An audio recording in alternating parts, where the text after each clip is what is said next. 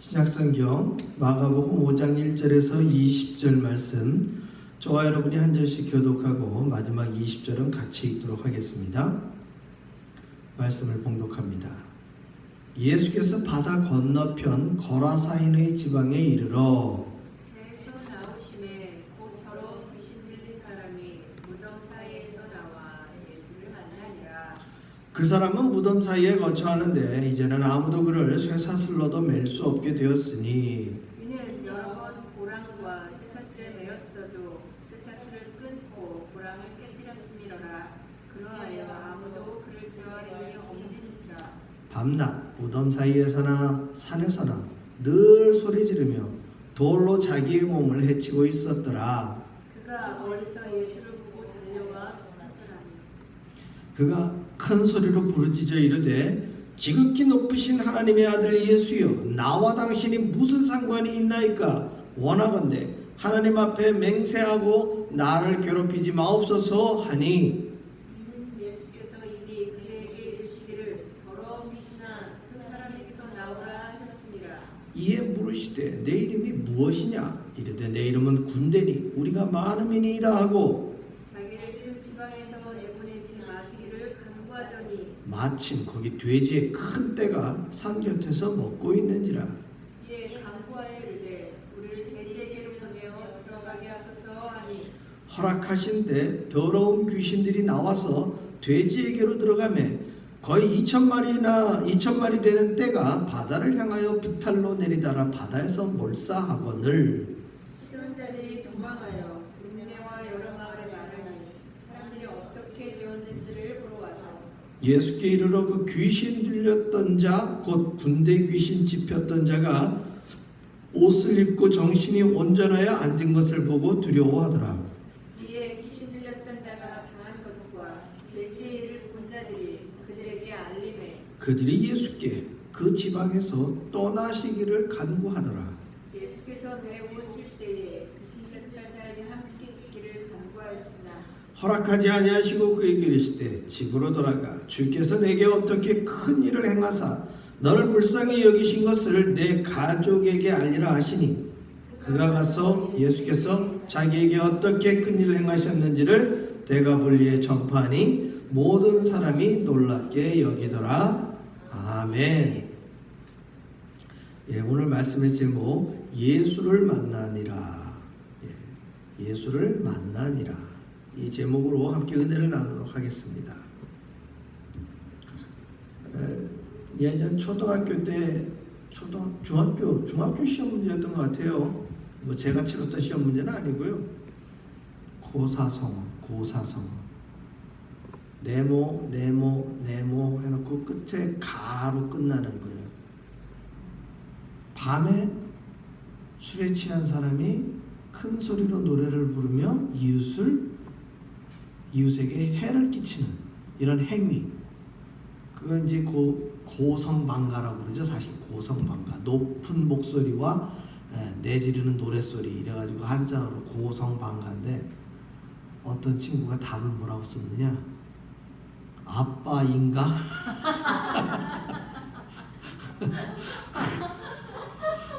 앞에 세 글자를 아빠인가? 사실 우리의 기억 속에 우리 아빠들이 뭐 이렇게 한이 많으셨는지 덜 약주들을 하시면 거나하게 골목길에 들어오시면서 노랫소리가 저기서부터 들려오는 경우들을 각자들 이렇게 한 번씩은 만나본 경험들이 있으실 터이고, 또 까칠한 그 턱수염으로 자고 있는 자녀들의 얼굴을 부볐던 그런 기억들이 있지요. 그래서 이 고성방가라는 건 사실 좋지 않은 것임에도 불구하고 우리 주변에서 너무나도 가까이 보게 되었는데, 아버지들은 약주를 하셔서 그런데 오늘 이 데가볼리 지역에 있는 거라사인들이 살고 있었던 이 지역에 귀신 들린 자도 그 짓을 하고 있는 거예요. 오늘 말씀해 보게 되어지면 5절 보셔요. 5절. 밤낮, 밤도 없고 낮도 없는 거예요. 잠도 없어요. 무덤 사이에서나 산에서나 늘 소리 지르며 돌로 자기의 몸을 해치고 있었더라. 이게 우리가 글자로 보니까 이렇게 확 와닿지 않는데 이걸 현장에서 만났다고 한번 생각을 해보세요. 현장에서. 요즘 중국 저쪽 지역을 잠깐 잊어버렸는데요. 그 만주 호랑이가 자꾸 이 민가에 나타나가지고 들판에서 일하고 있는 사람들을 덮치고 있었던 게 유튜브 장면에 이렇게 나와요. 보면은 와, 호랑이가 집과 창고 사이에 이렇게 웅크리고 숨어 있어요. 공격하려고. 그 장면을 참 찍은 사람도 대단하죠. 목숨 걸고 찍은 거지 완전히. 찍고 나서는 이제 나 살려라 하고 도망을 쳤을 터인데, 또 다른 차 안에서 찍은 장면을 보면 차 안에 타고 가던 사람은 호랑이가 이렇게 뛰어가는 걸 봤으니까 찍다가 보니까 들판에 사람 있는 걸 보고 경적을 울리고 소리를 지르는데도 호랑이가 가서 일단은 한번 물고 이제 차가 쫓아가니까 호랑이도 놀라서 반대편으로 이제 달아나는 그러한 장면들이 보여진다는 거예요. 여러분, 멀쩡한 정신을 갖고 있는 호랑이를 만나도 대낮에 어떻습니까? 굉장히 무섭죠. 근데 여기 지금 보세요. 밤낮 소리를 지르고 돌로 자기의 몸을 해치고 있는데 이 사람이 힘도 어마어마하게 세요. 사람들이 컨트롤이 안 되니까 4절에 보면 고랑과 쇠사슬에 매어놨는데 그 쇠사슬을 끊고 고랑을 깨뜨리는 거예요. 그래서 아무도 그를 제어할 힘이 없는 그런 상황이라는 것이죠. 저도 개인적으로 직접적으로 귀신 들린 사람을 만나본 적은 없는데 이 선배님들 이 축기를 해보신 경험이 있는 목사님들의 이야기를 들어보면 귀신 들린 사람의 특징 중에 몇몇 가지가 있는데, 첫 번째는 눈빛이 다르다. 정신병자 눈빛은 약간 초점이 흐리멍텅하고 자기도 모르고 남도 모르는 횡설수설하는 얘기를 하는 반면에 이 귀신 들린 사람은 말이 일단 정확해요. 말이 정확하고 눈에서 어떻습니까? 거의 살기와 같은 불이 뿜어져 나오는 것처럼 눈빛이 다르다는 것이죠. 미친 사람 눈빛이 아니라 귀신 들린 사람의 눈빛은 다르다는 거예요. 그리고 두 번째, 힘이 어마무시하게 세답니다. 젊은 여자한테, 조그마한 체구의 젊은 여자한테 귀신이 들렸는데도요, 장정 두세 사람이 이렇게 누르고 있지를 못한대요. 그냥 한 팔로 후들러도 사람이 나가 떨어질 정도로 힘이 어마어마하게 세답니다. 그런데 이 눈빛이 무섭고 힘이 센 이 귀신 들린 사람도 무엇에는 아무 능력이 없을까요? 예수 이름으로. 예수 이름으로 이야기하면은 귀신이 힘을 얻지 못하고 도망간답니다. 근데 중요한 것은 그 귀신에게 예수의 이름으로 명령할 때 이 예수의 이름을 말하는 사람이 그 예수 이름에 뭐가 있어야 돼요? 믿음과 확신이 있어야 돼요. 우리 사도행전에도 보면은 스게와의 형제들이 원래 무당짓 하던 사람들인데 바울이 그 동네에서 예수의 이름으로 귀신 쫓아내는 것 보니까 자기들도 그쪽 신이 더 능력이 있는 것 같아가지고 귀신 들린 사람한테 가가지고 내가 바울이 믿는 예수를 빙자하여 말하노니 귀신아 나가라 그렇게 하니까 귀신이 내가 예수도 알고 바울도 알겠는데 너는 뭐냐 그러면서 오히려 귀신이 올라타가지고 그 사람의 옷을 다 벗기고 아주 발가벗겨갖고 창피하게 만들어버리는 장면이 나오는 거예요. 귀신 들린 사람의 이야기는 과거에만 있는 것이 아니라 오늘날에도 우리의 삶에 비일비재하게 나타납니다. 사실 오늘 이 1절과 20절의 이 지명에 대해서 두 가지 장면이 나와요. 1절에는 보면은 바다 건너편 거라사인의 지방 이렇게 되어 있어요.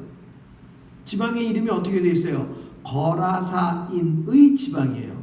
그러니까 지명은 20절에 나와 있는 데가볼리가 지명이고요. 그 지명 데가볼리에 누가 많이 살고 있다? 거라사인들이 살고 있는 거예요. 거라사인들이. 이 사람들은 이방인들이에요. 그러니까 그들이 지금 어떤 짐승을 목축하고 있나요? 돼지떼. 유대인들은 돼지를 이 가증한 짐승으로 여기기 때문에 돼지를 먹이거나 또 자기들이 실제 그 돼지고기를 먹지를 않습니다. 소와 염소와 양고기를 먹죠.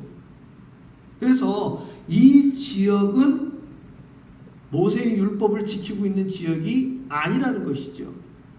그래서 오늘 1절에 보면 예수께서 바다 건너편, 이 갈릴리 바다, 사실 엄밀한 의미에서 우리가 생각하는 무슨 대서양이나 태평양이나 이런 바다는 아닌데, 이 갈릴리 호수가 워낙 크기 때문에 사람들이 또 복음서 기자들은 때때로 바다라는 표현도 써요. 그래서 예수께서 바다 건너편 거라사인의 지방에 갔습니다. 목적은 한 가지예요.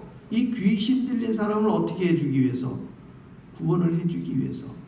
그리고 구원받은 그가 우리 19절에 보게 되면 그것을 예수께서 자신을 귀신을 쫓아내고 구원해준 이 복음을 전파하는 사역을 그에게 맡기기 위해서 가는 겁니다. 결론적으로. 그런데 그 과정에 보게 되어지면 어떤 일이 벌어지느냐? 이 거라사인의 지방에 도착해가지고 그 사람한테 직접 찾아갑니다. 예수님이 찾아가는데 6절에 보니까 그가 멀리서 예수를 보고 달려와 절을 합니다. 예수님은 놀랄 일이 없지만 그 동네 사람들이나 이 귀신 들린 사람의 행동을 아는 사람들 입장에서는 이거는 처음 보는 일이라는 거죠. 처음 보는 일. 이게 무슨 일이지? 저게 도대체 무슨 일이지? 사람들이 삼삼오오 모였겠지요. 그런데 그 귀신 들린 자가 7절에 이렇게 이야기하죠. 큰 소리로 부르짖어 이르되 지극히 높으신 하나님의 아들 예수여, 나와 당신이 무슨 상관이 있나이까? 원하건대 하나님 앞에 맹세하고 나를 괴롭히지 마옵소서 하니. 귀신 입장에서는요, 사람의 생각을, 사람의 육신을 점령하고 그 안에서 살게 되면 자기는 좋은 거처를 얻은 거예요. 복음서 내용에 보게 되어지면 예수님은 그런 말을 하죠. 귀신 들린 사람을 쫓아내고 그의 정신과 그의 삶의 터전을 깨끗하게 정갈하게 만들어 놨더니 그 다음엔 어떻게 됐다고요? 귀신이 7 귀신을 데리고 왔다고 하는데 거기에서 7 귀신은 딱 7 고스트를 데리고 온 게 아니라 굉장히 많은 귀신들을 데리고 왔다는 얘기예요. 그래서 그 사람의 집에 들어갔다, 이런 표현들을 하죠. 그러니까 중요한 것은 귀신의 힘에 휘둘리지 않으려면 귀신을 쫓아내는 어떤 사람이나 어떤 축기하는 사람에게 의지하는 게 아니라 오직 누구의 이름에 의지하느냐? 예수의 이름을 믿는 거. 예수의 이름을 믿는 거. 그럴 때 하나님의 능력이 예수의 이름 가운데 나타나는데요. 이 귀신 들린 자가 예수님이 자기를 쫓아낸다는 걸 지금 알고서 이렇게 먼저 방어를 하는 거예요. 자기를 괴롭히지 말라고 하는 거죠. 그러나 예수님은 이렇게 얘기하죠. 이미 그에게 이르시기를 더러운 귀신아. 참 재미있죠. 그냥 귀신도 아니고 어떤 귀신이에요? 더러운 귀신아. 왜 더러운 귀신이라고 할까요? 귀신이 목욕을 안 해서 더럽다라는 표현을 썼을까요? 궁극적으로 귀신이 들어가게 되어지면 하나님의 성전인 사람의 몸이 어떻게 된 거예요? 불결해진 거죠. 불순해진 거죠. 그것이 영적으로 더럽혀졌기 때문에 예수님은 귀신을 뭐라고 얘기한다고요? 더러운 귀신, 더러운 귀신. 목욕을 안 해서 육체 보기에 더러운 그런 개념이 아니고 하나님이 거하실, 성령 하나님이 거하실 사람의 몸을 어떻게 했다? 불결하게, 부정하게, 불순하게 만들었기 때문에 더러운 귀신아 그 사람에게서 나오라, 이렇게 얘기하는 겁니다. 우리 역시도 오늘날 우리가 눈에 보이는 귀신을 만난다라는 건 21세기에 쉽지 않은 일이에요. 그럼에도 불구하고 우리 주변에 내 마음 문 앞에 귀신이 있다 없다? 있다는 얘기예요. 악이 있다 없다? 있다는 얘기예요. 그 악한 귀신을, 더러운 귀신을 물리치는 방법 오직 예수의 이름으로 우리는 죄를, 악을, 귀신을 우리는 어떻게 된다? 다스려야 되는 거예요. 다스려야 되는 거예요. 예수의 이름으로 우리의 허탄한 생각, 우리의 음란한 마음, 우리의 죄 짓는 입술, 우리의 실제적인 행동으로 통하여 죄를 짓고 있는 나의 어떤 모든 행위들을 예수의 이름으로 어떻게 됩니까? 결박시키고 예수의 이름으로 쫓아내고 예수의 이름으로 우리가 그것을 컨트롤할 때 비로소 우리는 하나님의 몸된 성전 안에 성령 하나님이 거하시는 거룩한 교회가 될 수 있다는 것이죠. 예수님은 이름을 불렀을 때 내 이름이 무엇이냐 그랬더니 그 거라사인의 귀신 들린 사람이 자기 이름이 군대라고 합니다. 여러분들 영문 성경에 보게 되면 레기온이라는 표현이 나와요. 이 레기온은 그 당시 로마 군대의 그 군대 그 제일 큰 사이즈의 군인들의 사이즈예요. 요즘으로 치면은 뭐 이제 군단, 사단, 여단, 연대, 대대 뭐 이런 식으로 군인들 유닛이 있는데 오늘날보다는 그래도 상대적으로 좀 적어요. 그래서 이 레기온이라고 하는 가장 큰 로마 군인들의 단위는 6,000명 정도예요. 6,000명 정도. 자, 그렇다면 지금 한 사람 속에 귀신이 대략 몇 마리가 있다는 얘기예요? 지금 6,000마리가 들어갔다는 얘기예요. 그런데 그 군대라고 떠들었던 이 군대 집힌 귀신들을 근처에 있는 돼지떼로 들어가는 걸 허락했더니만 돼지 몇 마리가? 돼지 2,000마리가 이런 비탈길을 내달더만 그냥 바다에 뛰어내려가고 다 죽어버렸어요. 몇 마리가요? 2,000마리가. 2,000마리면 엄청 많습니다. 예전에 돌아가신 정주영 회장께서 북한과 그 개성공단의 이런 상업적 교류를 허락받기 위해 가지고 퍼포먼스를 한 게 뭡니까? 그때 소 1,000마리를 몰고서 월경을 했죠. 북쪽으로 우리의 그 경계를 넘어서서 북쪽으로 들어갔단 말이에요. 그때 그 소 1,000마리가 가도 장관이었는데 지금 돼지떼가 몇 마리요? 2,000마리. 숫자적으로는 2배죠. 뭐 소나 돼지나 사이즈 만만치 않지 않습니까? 돼지 2,000마리가 그냥 그 돼지를 치던 사람들의 어떤 컨트롤을 무시하고 그냥 일제히 내다 뛰기 시작한. 저 아직까지 돼지가 뛰는 거는 못 봤는데 어쨌든 2,000마리가 빨리 뛰었던 천천히 뛰었던 비탈길을 내리달았기 때문에 그 돼지 중에는 아마 굴러가는 돼지도 있었을 거야. 근데 어찌됐건 그 돼지들 2,000마리가 다 죽었는데 문제는 누구한테서 문제가 납니까? 오늘 14절에 보면 이렇게 나와요. 치던 자들이 도망하여 읍내와 여러 마을에 말하니. 이 치던 자들은 뭐예요?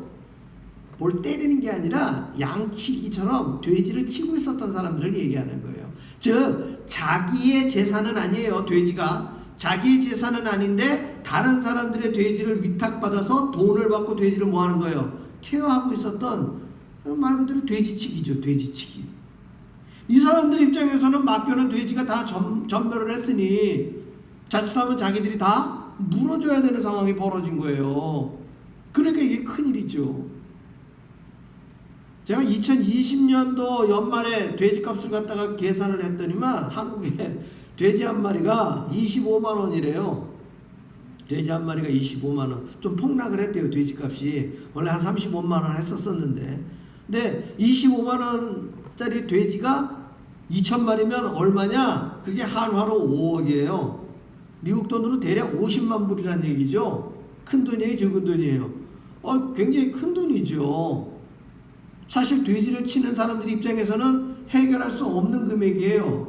특히나 이 고래에 화폐 단위보다는 물물 교환을 하고 대개 자기들이 농사하는 농산물과 또 이런 목축업을 갖다가 생활의 기반으로 하고 있는데 2,000마리의 돼지가 사라진다는 것은 누구의 재산이 되었건 간에 큰 손해가 난 거예요. 그랬더니만 15절에 이렇게 나오죠.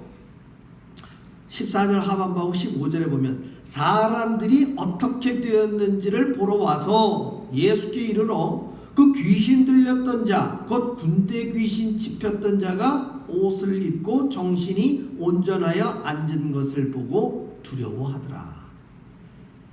여기서 두려움은 첫 번째는 그 귀신 들렸던 자가 온전해진 것이 신기하고 저 사람이 또 갑자기 돌변하면 어떡하지? 하는 의심의 눈초리로 두려움이 있는 것이고요. 두 번째는 궁극적인 두려움이죠. 아니, 저 사람 누구길래 사람들이 쇠고랑으로 메어놔도 제어가 안 되는 저 사람을 저렇게 정상으로 되돌려 놓은 거지?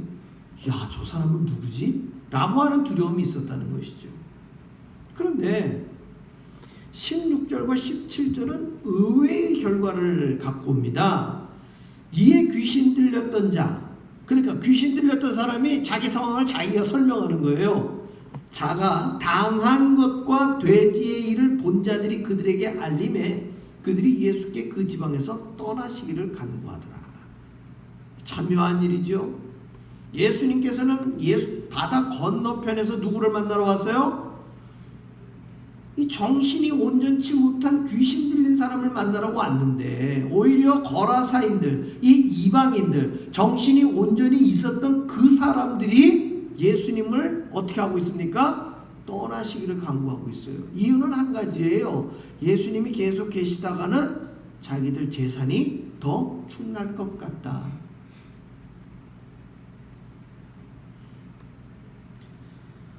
오늘 말씀의 제목, 예수를 만나니라. 두 종류의 사람이 예수를 만났어요. 하나는 귀신 들렸던 사람이 만났고 하나는 정상적인 사람이 예수를 만났어요. 그런데 결과는 완전히 다르게 나타납니다.